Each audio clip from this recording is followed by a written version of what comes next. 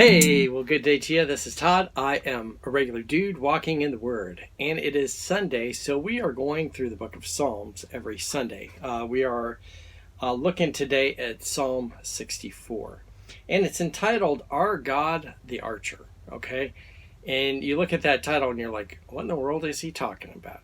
Well, wait till you read the Psalm and you'll see here. Okay, so this is Psalm 64, it's only 10 verses, so let me read that today. Psalm 64, for the director of music, a psalm of David, written by David. David was also an archer, and, well, he used the slingshot quite a bit. It says, hear me, my God, as I voice my complaint, okay? Starts out, I got a complaint, God, please hear me. Protect my life from the threat of the enemy. So that's the complaint. He's saying, protect my life from the enemy. Verse 2, hide me from the conspiracy of the wicked, from their plots of the evildoers. They sharpen their tongues like swords and aim cruel words like deadly arrows. They shoot from ambush at the innocent. They shoot suddenly without fear. They encourage each other in evil plans. They talk about hiding their snares, and they say, who will see us? They plot injustice and say, we have devised a perfect plan. Surely the human mind and heart are cunning.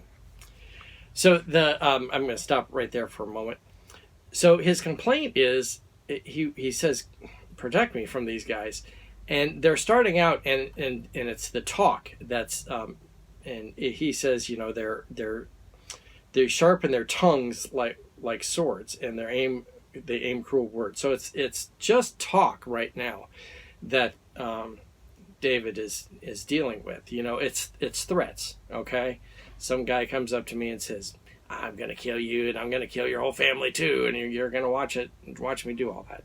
Okay, and so that's what David is saying. He said, protect me from these guys. They've started out with these threats, and he uses that analogy. They sharpen their tongues like swords and aim cruel words like deadly arrows. Okay, so you're going to see here there's a change that takes place right here in verse 7.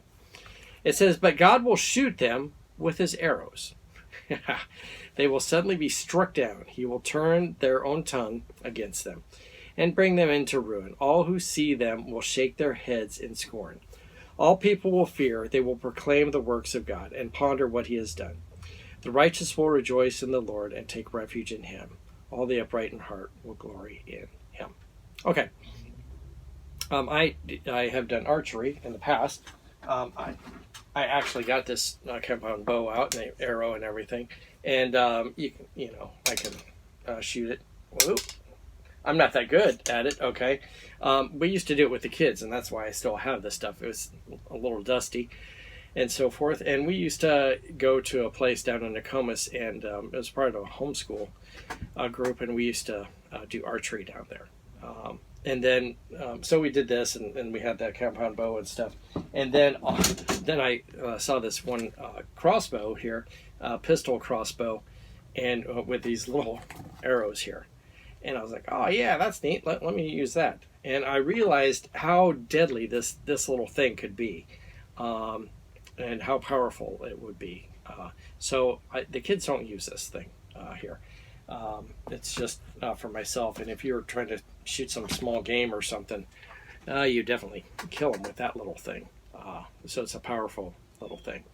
The thing with archery is this: you don't hear that it coming. So that's why everything. When you do the archery, it's kind of in a protected area, and because you can't hear an arrow coming towards you. Okay, I mean, you might hear a little bit, but it's not like a gun where you hear a bang or anything like that. It can just come at you, from no place. Someone can be hiding, and all of a sudden you're dead. You got this arrow or this little, thing stuck in your head or whatever.